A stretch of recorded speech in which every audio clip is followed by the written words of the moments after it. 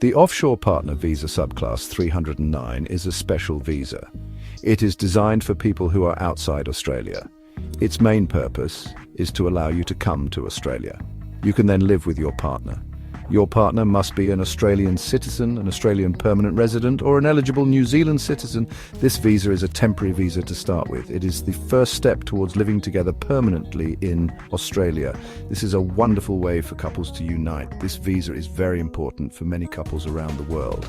It helps them build a life together in Australia. Australia values family and relationships. So this visa pathway is available. It allows partners to be together, which is a beautiful thing. You can work and study in Australia once you have this visa.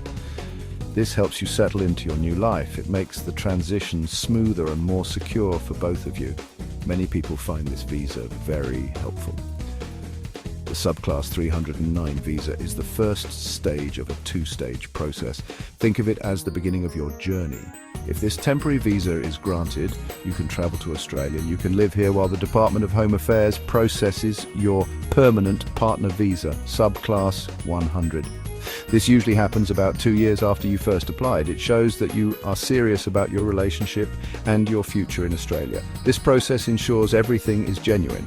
It is very important to know that this visa is for offshore applicants. This means you must be outside Australia when you apply. You must also be outside Australia when the Subclass 309 visa is granted. This is a key rule for this particular visa, so you will need to wait for the decision in your home country or another country outside Australia. Planning for this is essential. Understanding this helps you prepare for the application process correctly from the very start. To apply for the Subclass 309 visa, you are the applicant. You must be in a genuine and continuing relationship with your partner. This relationship can be a marriage. If you are married, you need to provide your marriage certificate. Or your relationship can be a de facto partnership. This means you live together like a married couple but are not married.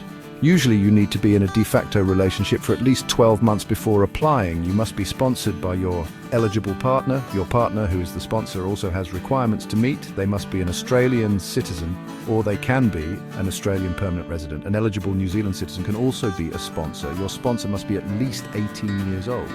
There are also rules about how many times someone can sponsor a partner. They must also meet character requirements. This means they need to be of good character.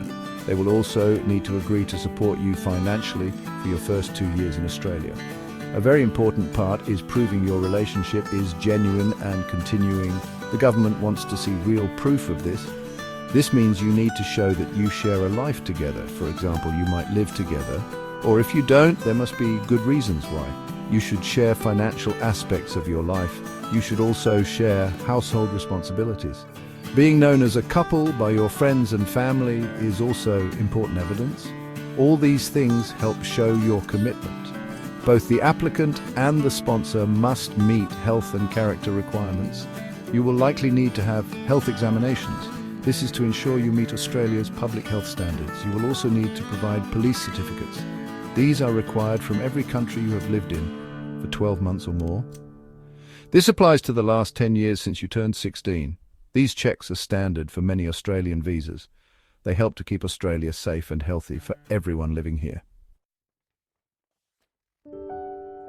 You will need to gather many documents for your application. This is a very important step. It is a good idea to start collecting these documents early. This will make the process smoother for you.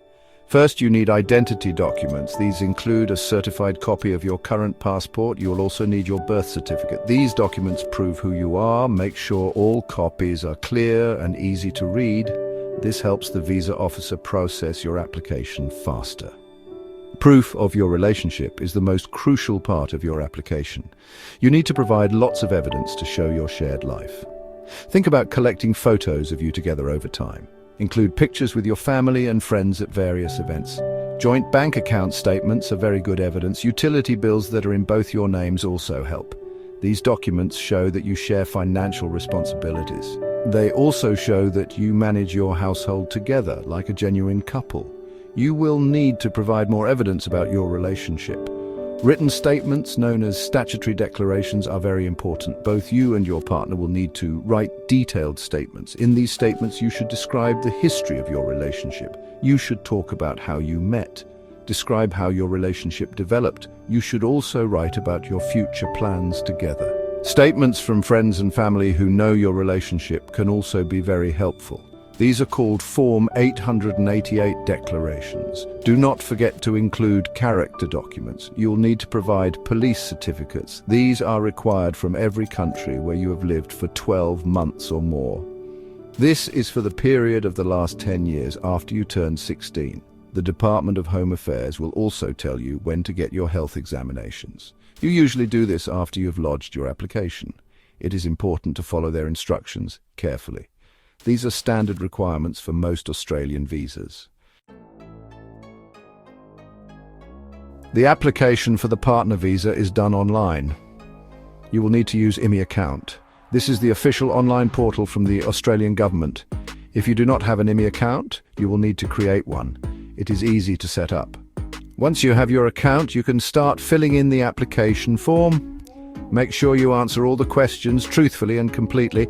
It is a good idea to double-check all your information before you submit the application. After you have submitted your application and paid the fee, the waiting period begins.